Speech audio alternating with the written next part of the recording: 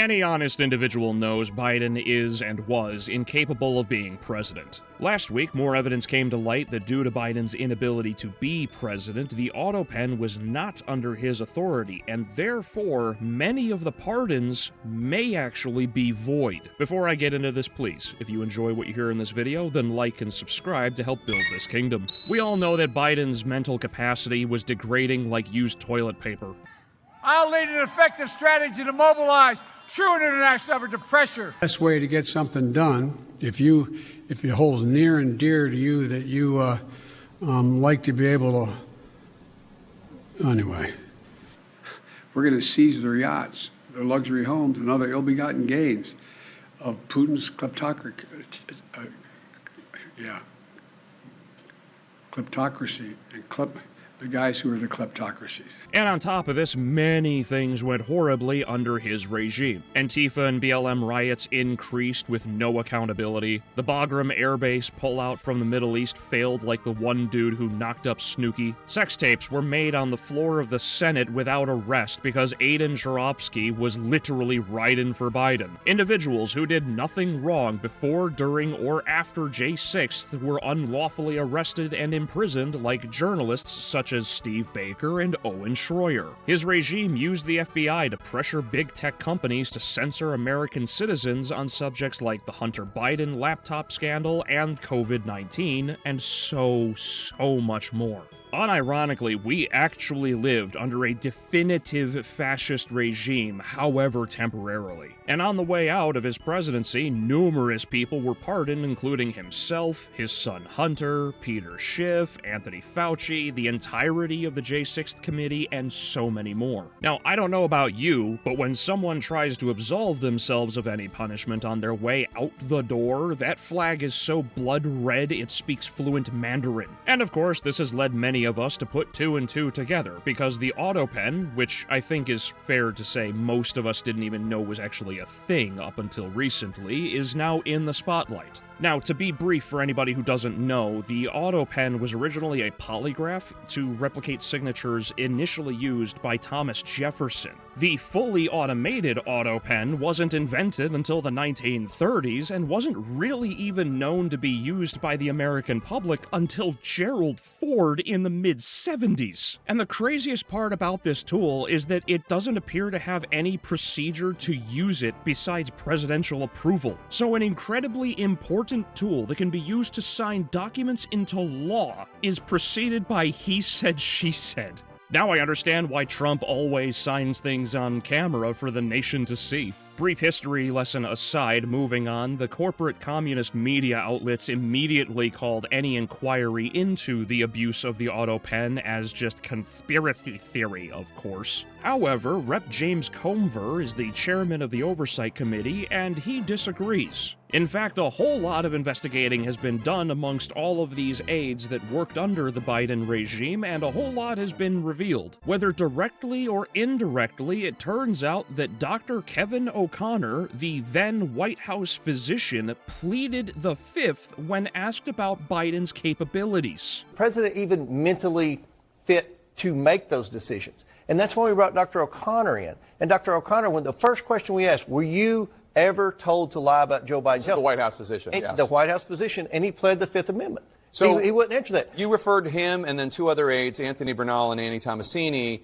all of whom pleaded the Fifth, to the Justice Department. Right. What are you expecting them to look into? We believe there was a cover-up of Joe Biden's mental fitness. The fact that Joe Biden met with Ian Sams, his White House spokesperson, 2 times in 2 years.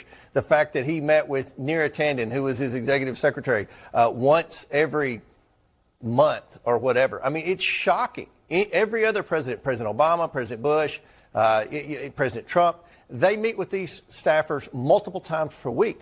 And Joe Biden was clearly shielded. And I think you wrote very well and very accurately in your book that he was shielded from people. He was shielded from Pete Buttigieg. He was shielded from his inner staff. So the question that I think the Department of Justice needs to ask these people that pled the Fifth, Was there an organized cover-up? Why did you not give the president a cognitive test when even mainstream media outlets were demanding that Joe Biden take a cognitive test? For anyone who might still be in doubt, I've actually linked to the Oversight Committee documents in the pinned comment underneath this video. So if you want to read this 100-page report in its entirety, be my guest, it's right there for you. In fact, I can save you a bunch of time on this subject by going straight to page 3 where Dr. Kevin O'Connor gives his testimony. The transcript reads, quote, Dr. O'Connor, were you ever told to lie about the president's health? To which Dr. Kevin O'Connor responded with, quote, on the advice of counsel, I must respectfully decline to answer based upon physician-patient privilege and in reliance on my right under the Fifth Amendment of the Constitution. I am not a lawyer, and I must follow my lawyer's advice in this matter. The follow-up question reads, quote, Dr. O'Connor, did you ever believe the president was unfit to execute his duties as president? Then, in response, Dr. Kevin O'Connor repeats basically the same thing almost verbatim. And if you still don't believe it, you can then click the video here underneath this response to watch Dr. Kevin O'Connor's replies to these questions. Again, this report is 100 pages long, and 90% of it is virtually, I don't know, while the other 10% is basically people admitting they tampered with his medical records. So all of these people, whether indirectly or not, all basically admit they knew that Biden's brain was operated by a paraplegic hamster, but they ain't gonna say anything because they don't want to be suicided. Now, I don't know if anything will come from this. For all I know, nothing will happen and it gets swept under the rug. What matters is that it's on the table. Just like I've discussed on my main channel, in the same way Hollywood is deeply entrenched with this ideology, so too is our government. If anything comes from this, and it is in fact proven that Biden, which has already been reported by the way, knew nothing about most of these pardons, there's a very good chance that accountability can be held against people like Schiff, who targeted the people, or Fauci, who lied about almost everything with COVID. That would be a substantial victory, and it would definitely help to decentralize the power of all of these people in government. Hell, another of the oversight reports shows that Elizabeth Warren, Pocahontas herself, was the one abusing the auto pen in excess of over 100 times in her crusade to hinder cryptocurrency to enrich herself. Accountability must be had. We cannot live in this death grip of a dying old guard so that they can then hand the torch over to all of these communists who would sooner abuse this very power against everyone else. So of course accountability is absolutely their greatest fear, and something I pray happens considering so many of these politicians, doctors, generals, whoever have sacrificed so many others in the pursuit of wealth. It would ironically be fitting for them to go to prison for the rest of their twilight years while the wealth they accrued is taken from them for whatever they've done. Anyway, thanks for watching. If you enjoyed, then please like, share, comment, and subscribe to help build this kingdom. Check out my main channel, Albeleo, for movie reviews and discussions. Head to my tertiary channel, Balmorian Galaxy, for BattleTech and MechWarrior. And if you feel so inclined, then please donate to me on Subscribestar so I can produce more content for all of you. I thank you again for watching, and I will see you in the next video.